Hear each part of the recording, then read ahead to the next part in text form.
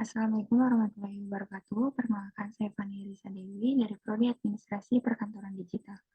Pada kesempatan kali ini, saya akan mempresentasikan penyelenggaraan rapat. Materi yang akan saya bawakan diantaranya yaitu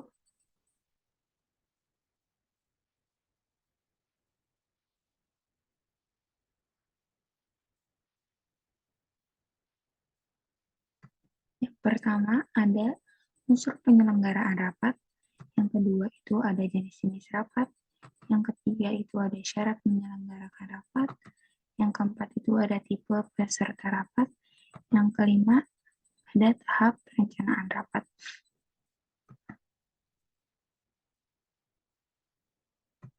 Yang pertama itu ruang lingkup rapat.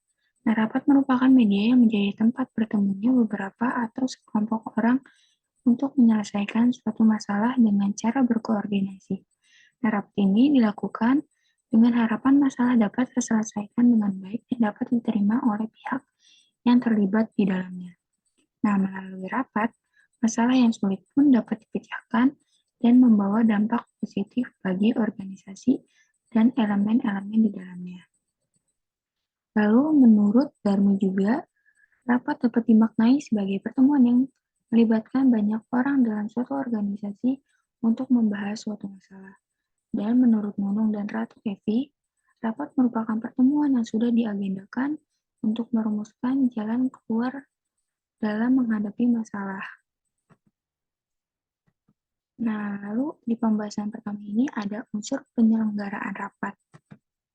Nah, di unsur penyelenggaraan rapat itu ada yang pertama ada masalah yang dirapatkan.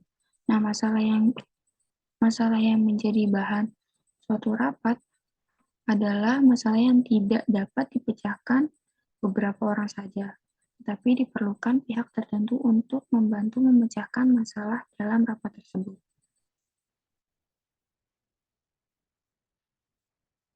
Melalui rapat juga diharapkan solusi pemecahan masalah dapat segera diperoleh untuk menyelesaikan masalah yang terjadi. Nah, yang kedua itu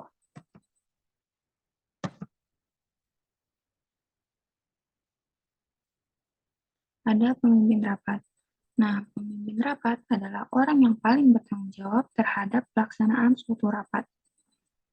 Nah, seorang pemimpin juga dalam rapat hendaknya mengetahui sifat-sifat yang berusaha menjadi pemimpin rapat yang baik dan menghasilkan simpulan atau keputusan yang baik. Yang ketiga itu ada peserta rapat. Nah, peserta rapat adalah semua pihak yang terkait yang berkepentingan terhadap rapat yang sedang berjalan. Peserta rapat yang baik adalah peserta yang berpartisipasi aktif dalam rapat sehingga memiliki sumbangsi terhadap instansi atau perusahaan tempatnya bekerja. Lalu yang keempat itu ada media pendukung rapat. Nah, media pendukung rapat adalah fasilitas pendukung yang dibutuhkan dalam suatu rapat.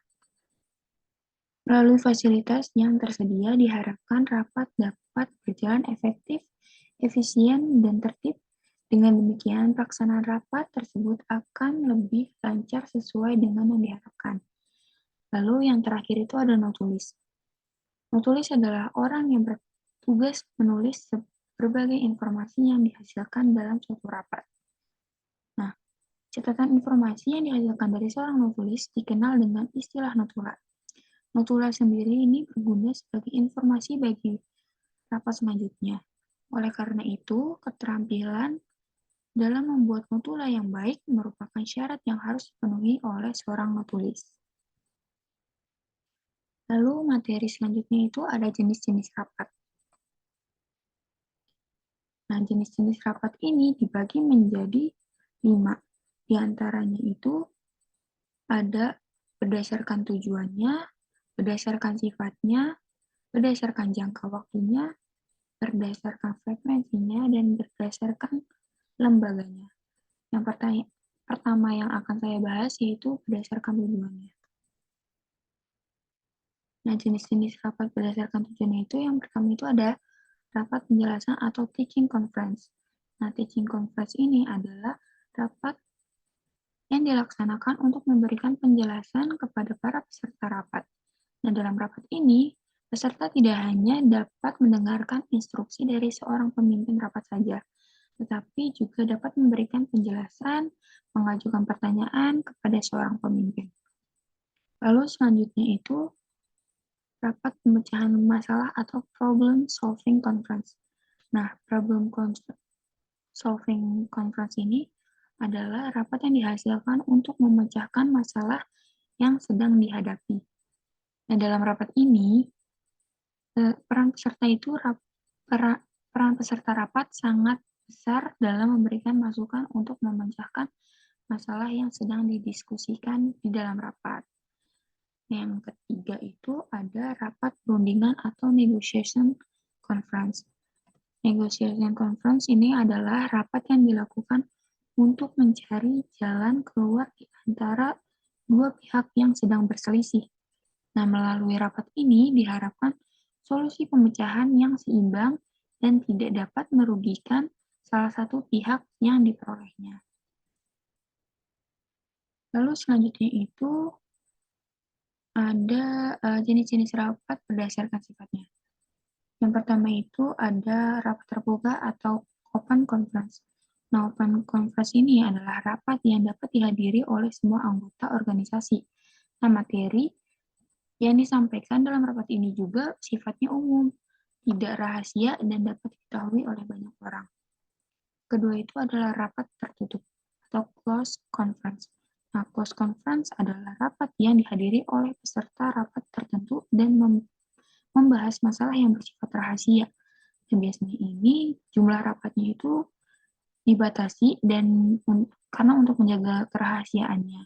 Nah, materi yang dihasilkan dalam untuk menjaga kerahasiaan materi dari hasil rapatnya. Dan juga selain itu, lokasi yang dipilih untuk melaksanakan rapat ini biasanya berbentuk ruangan tertutup. Selanjutnya itu ada rapat resmi atau formal meeting. Nah, formal meeting adalah rapat yang dilaksanakan dengan suatu perencanaan terlebih dahulu dan mengikuti ketentuan yang berlaku. Peserta yang menghadiri rapat ini merupakan peserta undangan dan wajib mengikuti peraturan yang dibuat oleh pihak penyelenggara rapat. Yang keempat itu ada rapat tidak resmi atau informal meeting. Informal meeting adalah rapat yang dilaksanakan tanpa memerlukan perencanaan terlebih dahulu karena bersifat spontan dan tidak direncanakan. Rapat ini dapat terjadi di setiap saat, kapan saja, di mana saja, dan dengan siapa saja. Lalu selanjutnya itu ada jenis rapat berdasarkan jangka waktunya. Yang pertama itu ada rapat mingguan. Rapat mingguan adalah rapat yang dilaksanakan setiap minggunya. Biasanya masalah yang dibahas dalam rapat mingguan adalah masalah yang bersifat rutin. Yang kedua itu ada rapat bulanan. Rapat bulanan adalah rapat yang dilaksanakan sebulan sekali. Nah, masalah yang dibahas dalam rapat ini adalah biasanya masalah yang terjadi dalam organisasi selama 1 bulan terakhir. Yang ketiga itu ada rapat semesteran. Nah, rapat semesteran adalah rapat yang dilaksanakan setiap 6 bulan sekali. Masalah yang dibahas dalam rapat ini adalah masalah yang terjadi dalam organisasi selama 6 bulan terakhir. Selain itu juga rapat ini biasanya menghasilkan program-program selanjutnya untuk jangka waktu 6 bulan ke depan. Lalu yang terakhir itu adalah rapat tahunan. Nah, rapat tahunan ini adalah rapat yang dilaksanakan setahun sekalinya. Nah, biasanya rapat ini merupakan rapat besar yang dihadiri oleh banyak orang. Misalnya itu seluruh anggota organisasi, sehingga memudahkan dalam melakukan evaluasi dan merencanakan program-program untuk 1 tahun ke depannya. Terus selanjutnya itu ada berdasarkan frekuensinya. Nah, yang pertama itu ada rapat rutin. Rapat rutin adalah rapat yang sudah ditentukan waktu, tempat, dan para pesertanya. Masalah yang dibahas juga dalam rapat rutin adalah masalah yang terjadi dalam jangka waktu tertentu, misalnya seminggu atau sebulan terakhir. Lalu yang kedua itu ada rapat insidental. Nah, rapat Insidental ini adalah rapat yang tidak terjadwalkan. Biasanya rapat ini membahas masalah yang sifatnya penting dan mendadak sehingga harus segera diselesaikan secara bersama-sama. Lalu selanjutnya itu berdasarkan lembaga. Yang pertama itu ada rapat vertikal. Rapat vertikal adalah rapat antara pemimpin dan para bawahannya dalam rangka penyampaian informasi tentang berbagai peraturan atau kebijakan pemimpin, atau dalam rangka pengembalian keputusan. Dalam rapat ini juga, para bawahan diberi kesempatan untuk menyampaikan keluhan dan saran mengenai masalah yang mereka alami selama bekerja. Nah, melalui penyampaian tersebut, pemimpin dapat mempertimbangkan solusi untuk mengatasi masalah ataupun memberikan motivasi kepada para bawahannya untuk berpikir secara kreatif. Lalu yang terakhir adalah rapat horizontal. Rapat horizontal adalah rapat yang berlangsung antar pejabat dan pegawai setingkatnya. Rapat ini diselenggarakan atas beberapa tujuan, di antaranya itu menciptakan koordinasi dan kerjasama yang baik antar unit dalam organisasi, menghindari keberadaan duplikasi pekerja, serta mencegah terjadinya ingkar tanggung jawab dari setiap pejabat dalam pelaksanaan tugas masing-masing. Contohnya itu adalah rapat antara pembagian pemasaran dan produksi. Lalu pembahasan selanjutnya itu ada syarat menyelenggarakan rapat. Nah, syarat menyelenggarakan rapat itu adalah rapat yang baik merupakan media komunikasi yang bersifat tatap muka dan diselenggarakan organisasi, baik swasta maupun pemerintah. Nah, rapat ini juga memiliki tujuan mendapatkan mufakat melalui musyawarah pengambilan keputusan, agar rapat ini dapat berjalan secara efektif. Nah, terdapat pula beberapa syarat yang harus dipenuhi, diantaranya sebagai berikut. Yang pertama itu ada dilaksanakan dalam suasana terbuka. Maksud dilaksanakan dalam suasana terbuka adalah setiap peserta rapat harus siap menerima informasi, kritik, dan saran dari pihak manapun, serta memperhatikan berbagai informasi yang disampaikan oleh peserta rapat lainnya. Yang kedua itu ada tiap peserta harus berpartisipasi penuh dan aktif terlibat dalam rapat yang sedang berlangsung. Nah, partisipasi dan keaktifan dalam rapat dapat dilakukan melalui beberapa hal, misalnya dengan menyampaikan pendapat dan solusi mengenai masalah yang dibahas dalam rapat. Nah, yang ketiga itu ada perdebatan didasarkan pada argumentasi yang logis. Nah, dalam pelaksanaan rapat, hasil yang dicari adalah kebenaran, bukan perselisihan atau peserta rapat yang saling menjatuhkan. Keempat itu ada pertanyaan harus singkat dan jelas. Nah, maksud dari pertanyaan singkat dan jelas ini, peserta berhak mengajukan pertanyaan apabila ada informasi yang belum jelas. Namun pertanyaannya itu harus tepat sasaran dan tidak bertele-tele. Yang kelima itu ada rapat demokratis. Rapat demokratis, setiap peserta rapat mempunyai hak yang sama dalam hal berpendapat. Nah, hasil rapatnya nanti akan menjadi hasil keputusan bersama. Yang keenam selalu ada simpulan. Nah, maksudnya itu rapat yang baik itu harus selesai dengan menghasilkan simpulan atau keputusan yang bersama. Dan jika rapat yang dilaksanakan tidak menghasilkan keputusan apapun dan bertele-tele, maka rapat tersebut menjadi tidak efektif. Dan yang terakhir itu terdapat bimbingan dan pengawasan dari pemimpin. Nah, pemimpin rapat harus dapat memberikan bimbingan kepada seluruh peserta rapat. Dan seorang pemimpin rapat ini juga dapat monitoring jalannya rapat sehingga pembahasan tidak menyimpang dari tujuan rapatnya. Lalu yang terakhir itu ada pelaksanaan rapat harus tepat waktu. Nah, rapat ini harus berjalan sesuai dengan jadwal yang telah ditentukan. Peserta rapat juga harus menghindari hal-hal yang dapat membuang waktu, misalnya datang terlambat, mengajukan pertanyaan bertele-tele, atau terlibat dalam perdebatan sengit yang didasarkan emosi dengan peserta lain. Lalu pembahasan berikutnya itu ada tipe peserta rapat. Nah, tipe peserta rapat itu orang yang ditujukan menjadi peserta dalam rapat tertentu memiliki kepribadian yang berbeda antara satu dengan yang lain. Nah, jika dikategorikan, perbedaan kepribadian tersebut dapat menghasilkan beberapa tipe peserta rapat antara lain sebagai berikut. Yang pertama itu tipe pemersatu. Tipe pemersatu yaitu peserta rapat yang senang mengusahakan persatuan, terlebih saat terjadi bentrokan antar peserta rapat yang mengarahkan pada perpecahan.